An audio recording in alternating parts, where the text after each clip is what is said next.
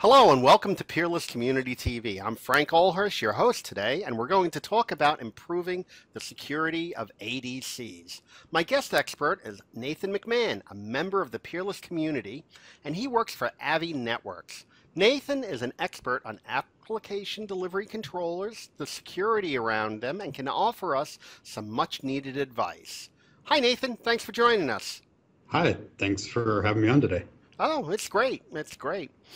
ADCs and SSL go hand in hand when it comes to security. How can one improve the performance without giving up anything on the security end? Sure, there's a lot of things that people can do to improve their posture with security, especially as it relates to their load balancers or ADCs. The biggest area, though, that is really needs to be brought up to speed in terms of the newest technologies is SSL. People today are using are satisfied that they finally migrated to their RSA 2K certificates and life is good, but there's so many more options that are available to them as to how they can improve the security, the performance, and their posture overall with SSL. Wow. Well, what benefits does replacing, the RSA element of SSL, what does that really bring to the table? Sure. So you can continue using RSA, but the technologies really have evolved to be able to sustain now with elliptic curve cryptography, ECC. And ECC versus RSA, it's still providing the same SSL or TLS encryption, but the ECC is a lot more secure, it's a lot faster, it's better for the end user's devices, and it's better for the ADC. So it supports things like perfect forward secrecy, which is means that if someone goes and records an SSL encrypted connection and later gets the keys, with PFS, you cannot decrypt it after the fact. So with RSA, it's exceptionally expensive to use PFS ciphers, so instead people don't do that. With elliptic curve, that's pretty much just native to because it has newer ciphers and it's simply built into the structure as to how ECC performs. So ECC, faster, better, more secure when it comes down to it. Correct. Yes. Okay. So what does somebody have to do to move over to ECC? Sure. So a lot of, pretty much all browsers today support this. And if you're going to a lot of current sites like a Facebook or a Google, you'll be negotiating with the ECC, not with RSA.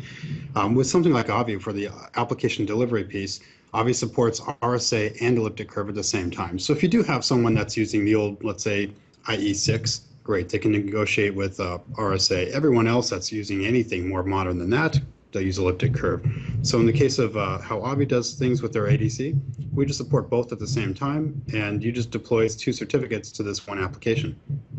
Okay, it also sounds like ECC reduces kind of the processor overhead and is able to work with shorter keys. I'm sure that's got to offer some sort of performance benefits.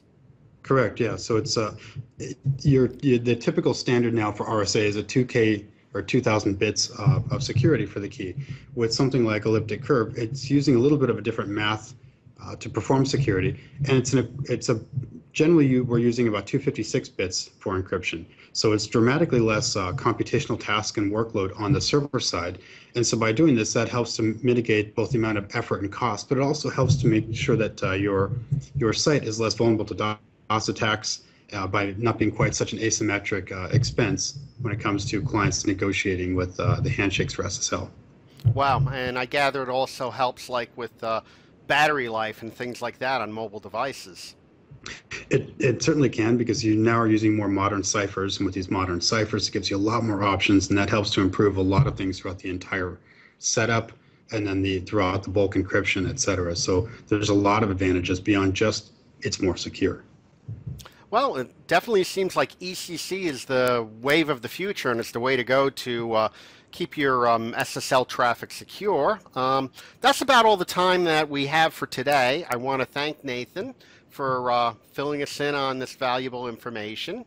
And if anyone wants to look for more information on ECC or on application delivery controllers, please visit our blogs over at Peerlyst.